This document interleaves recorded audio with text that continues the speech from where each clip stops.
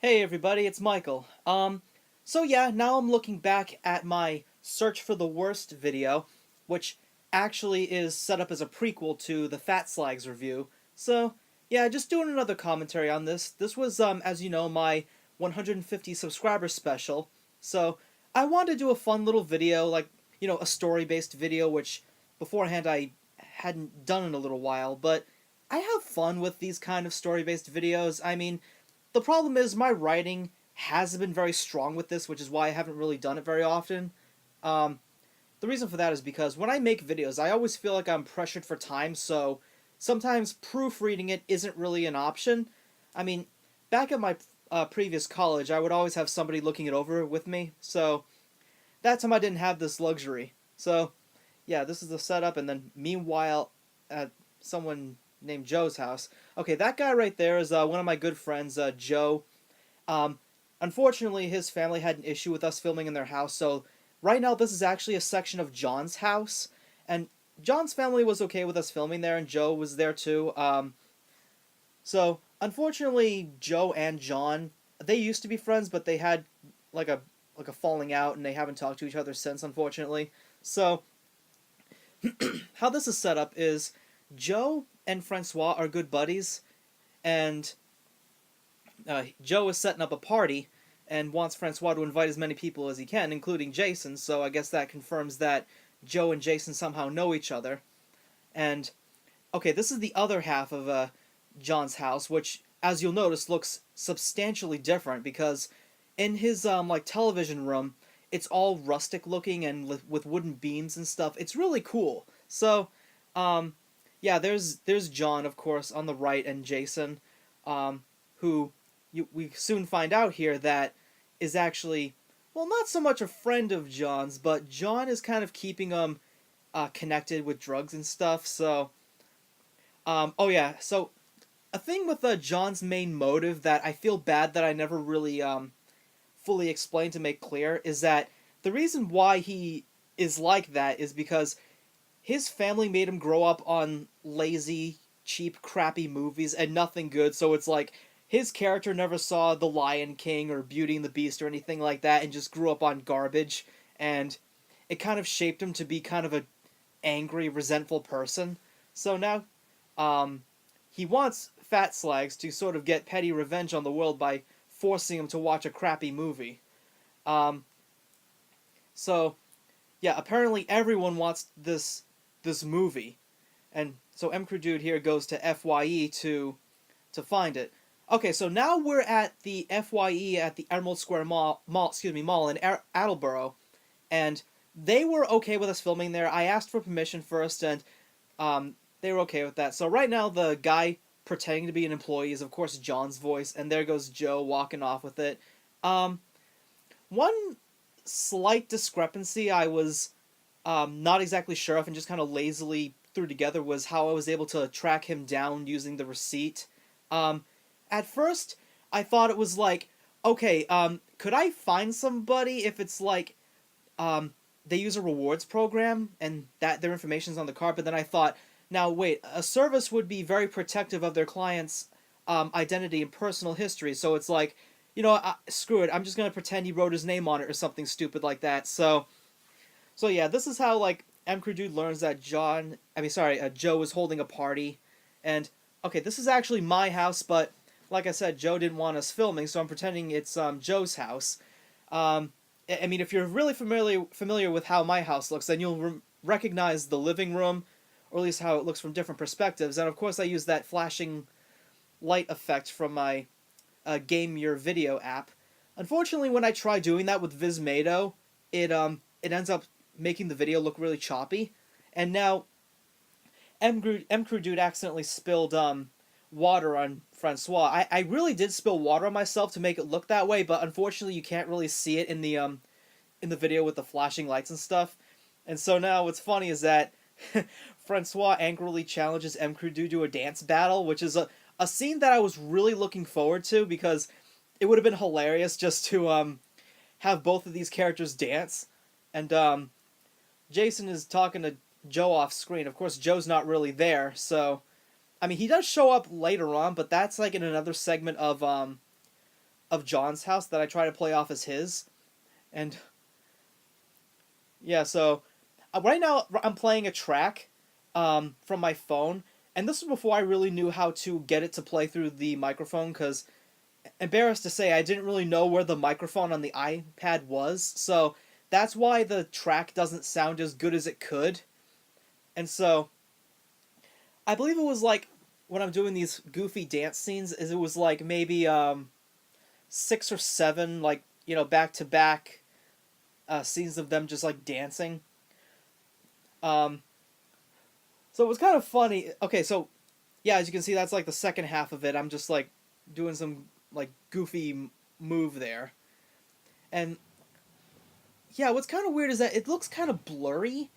Um, it's kind of weird because when I'm filming and putting, I'm sorry, when I'm looking at the film in my camera roll, it doesn't look that bad, but while I'm editing it, it creates like a strange blur, and that's been a problem in almost every one of my videos, and I don't know why that is. Um, so it's just a bit of a problem. I don't really know how to change that.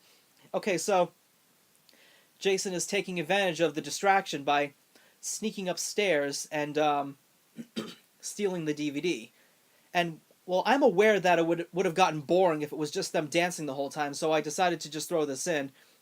Of course, this is my bedroom, and yeah, with the wallpaper and crap, and then he knocks over the video game tower in a hilarious way. Um, I was about to say something here.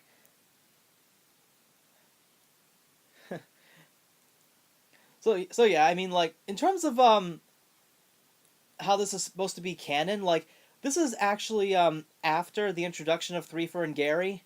Um, the reason why I didn't include them in this video is because it just would have been over cumbersome with characters, and I didn't really have any way of incorporating Gary into the video. And we can just pretend that this is like obviously before Threefer became part of my original crew. So the Fat Slags DVD, I'm just gonna let you know on a secret. I don't actually own the DVD. It was just footage I got offline. So the DVD box is just something I printed off and slipped into the sleeve of a video game. And the physical DVD was actually just a blank DVD I wrote the word Fat Slags on, which is a little lazy, but I mean, it was pretty much the best thing I could do. So now that Jason has stolen the DVD, he just leaves the house. While, of course, M. Crew Dude does... Okay, I don't really know what I was thinking with that silly move there. So M. Crew Dude does, like, this ridiculous handstand thing, which I'm going to point out right here. So, okay, imagine his back is on the floor, and, okay, there go the legs, just, like, facing... Okay, so now I'm facing away from the couch, and then towards the couch again. So that was just a little error I hope nobody picked up on. And, of course, Francois defeated. He just angrily leaves. And yeah, it's kind of weird. I just noticed that like the flashing lights have really died down, so you would think they would still be coming from that room though. But okay, now we transition into John's actual house, but hopefully it doesn't look that different, because this is what's funny is that in the two sections of John's house, they look substantially different. Like I showed you, there was that rustic looking area, and now there's the second kitchen. And another bit of an issue in the story is that, okay, so it's like I ask Joe for the DVD, he goes upstairs and doesn't find it and accuses me of stealing it. So I do point this out. It's just like he accuses me of stealing something I've already asked to take. So you see how that doesn't make much sense. I mentioned that, so it's just like he kind of mocks my writing, which is something I wrote in the script. And yeah, this is a lesson I learned, that acknowledging your problems doesn't necessarily make them go away. So I don't know. It was just kind of a sloppy way to just to say, "Whoops, I made a mistake." But yeah, so now we're getting into a battle. It starts to play Skyworld, and then he switches it to a stock track I already have on the Game Your Video app. So now, yeah, we're doing like a little fight scene, which is just pretty. Whoops. Yeah, this little fight scene, which is pretty cool, and yeah, off goes the hat. This is like I think the only video where M. Crew Dude actually loses his hat. And so, um, yeah, you don't see Joe again after that. I was kind of hoping to bring him back, but I think the main issue is that Joe was going through some difficult times, and this is like one of the few moments where I could actually get together with him. So unfortunately, we couldn't really I, get together and film more segments of the video. So now we're back in my. This is back in my house. Francois is explaining that he learned about John's plan through Jason, and here MCrew Dude is like, you notice how he like shouted from getting punched? I'm pretending it like he got hit in the nose, so that's why he has like tissue paper shoved in his nose. Um, yeah, I could have used blood, but one thing I realized is that I would have to probably buy fake blood because when I tried using red food coloring, it just stained my fingernails and it didn't look very appealing. So yeah, this is the exterior of John's house. Um, I'm going up to confront him, and right now this is uh John following me in with the camera because John is like still in the section of the house, and there's like Jason from the far end. And one blooper is you're about to see. Okay, right where my hand was, that's Jason's jacket. So I made a mistake by leaving his outfit in the camera again. Well, when I wasn't playing as him anyway. So then there's John about to execute Francois, and kind of a hilarious death scene. Of course, like the last thing he says is "Oh my!" So kind of an appropriate way for him to go out. Um, so yeah, the reason why I considered killing off these two characters is because um, I felt bad I never really got the chance to fully use them in my videos. So I just really had no reason for them. So I kind of like got rid of them and just tried to like incorporate new characters in the show. And oh yeah, nobody could really tell the difference between Josh's trench coats. The one difference that you notice is that one has more detail, and the one he's wearing right now has tattered sleeves and less buttons on it. Um, and right now, M. Dude's going through like this little speech about acknowledging like the bad and just appreciating things you had from your childhood and stuff. I wanted to have some kind of epic music playing, and John and I would try to consider what to play. And then one thing that John brought up was, hey, why don't we just go for something heroic like from the Medal of Honor series?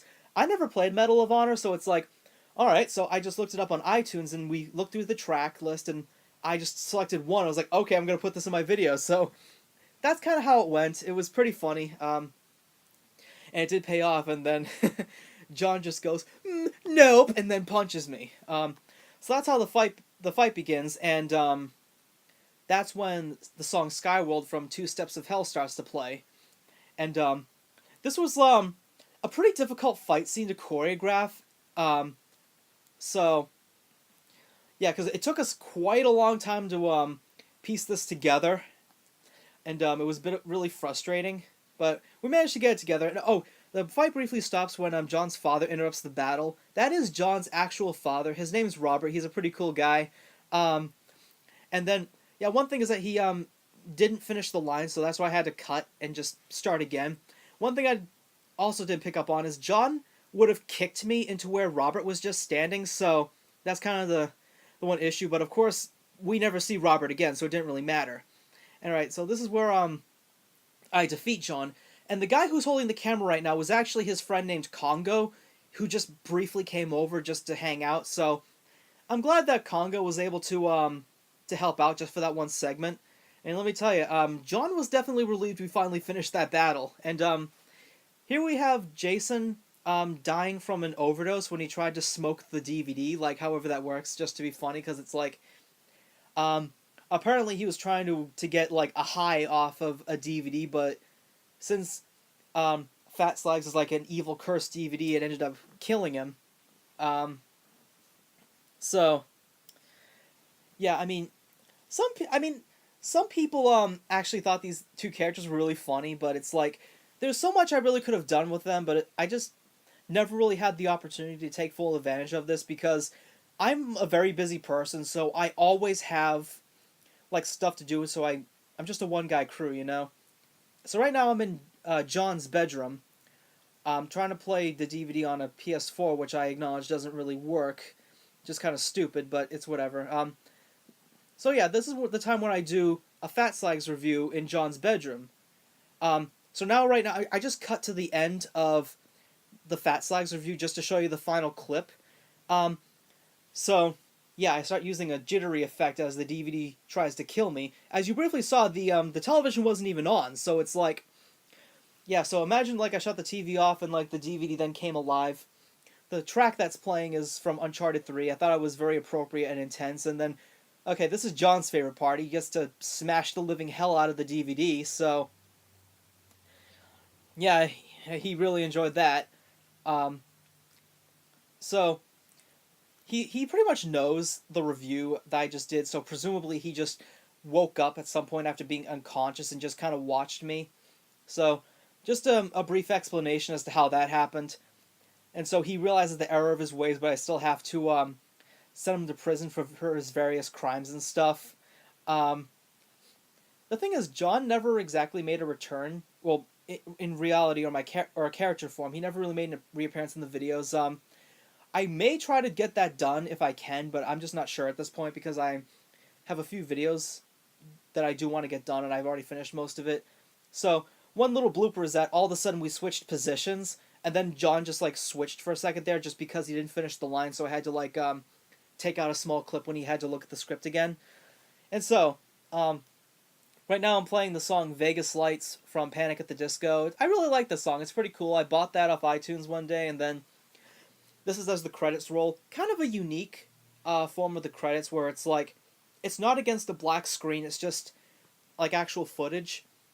And the red text, well, I mean in this room it doesn't look as clear as it should, especially when it's smaller. So I don't know. Either I could have changed the size of the text, or I could have changed the color altogether. So yeah, so of course this is the way my bedroom looked at the time, and I'm just doing like a panoramic of everything there. Obviously, I still have some of those posters hanging around, and of course, Sharkhead, the cork board. This was long after I had gotten rid of Zippy the cockatiel, so sadly he's not here. And as you can see on the shelf right there, that's all the special collector's editions from the video games I have. Um, I don't have as many of them now. I just have like three. I've got Infamous 2, Uncharted 3, and The Order 1886. And earlier this year, I actually got the Horizon Zero Dawn Collector's Edition, which is pretty cool. So, yeah, I mean, it's alright. I end up having to sell like a lot of my stuff, so everything looks really different. Um, but most of the stuff that you see there is still in my room, and one of these days I'll have to actually show you guys what I still have and the way my house looks now. So on the wall, of course, there are my karate belts, my diploma, autographs I got when I was at Comic-Con. I met people like Rob Paulson, Maurice LaMarche, um, let's see, oh, Doug Walker, few people from Channel Awesome. So yeah, that was like the first time I went to Kineticon. It was really fun. And so, a little post-credit scene that I forgot I drove here just to go back to get the car, and maybe I should have cut that little last part out just because John didn't cut fast enough. And there's my fun little YouTube bumper that I always use for my videos. So I hope you enjoyed this, and thank you for watching.